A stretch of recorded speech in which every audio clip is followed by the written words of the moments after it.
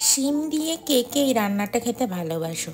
Hello everyone, সবাই কেমন আছেন? আশা করি ভালো আছেন, আমিও ভালো আছি। তো এখানে শিম আর বেগুনটাকে আমি পরিষ্কার করে নিয়ে ডুমো ডুমো করে টুকরো করে নিয়েছি।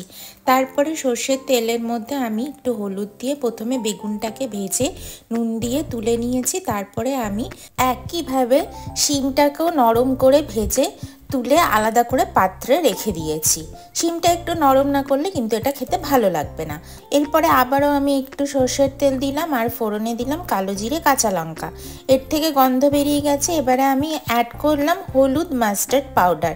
এটাকে আমি অল্প জলে ভিজিয়ে রেখেছিলাম কিছুক্ষণের জন্য। তারপরে আমি ভেজে রাখা বেগুন আর শিমটাকে দিয়ে ভালো করে এর সাথে মিশিয়ে নিলাম। একটু অল্প চিনিও দিয়ে দিলাম, যেহেতু নিরামিষ তাই জন্য একটু চিনি দিলে খেতে ভালো লাগে।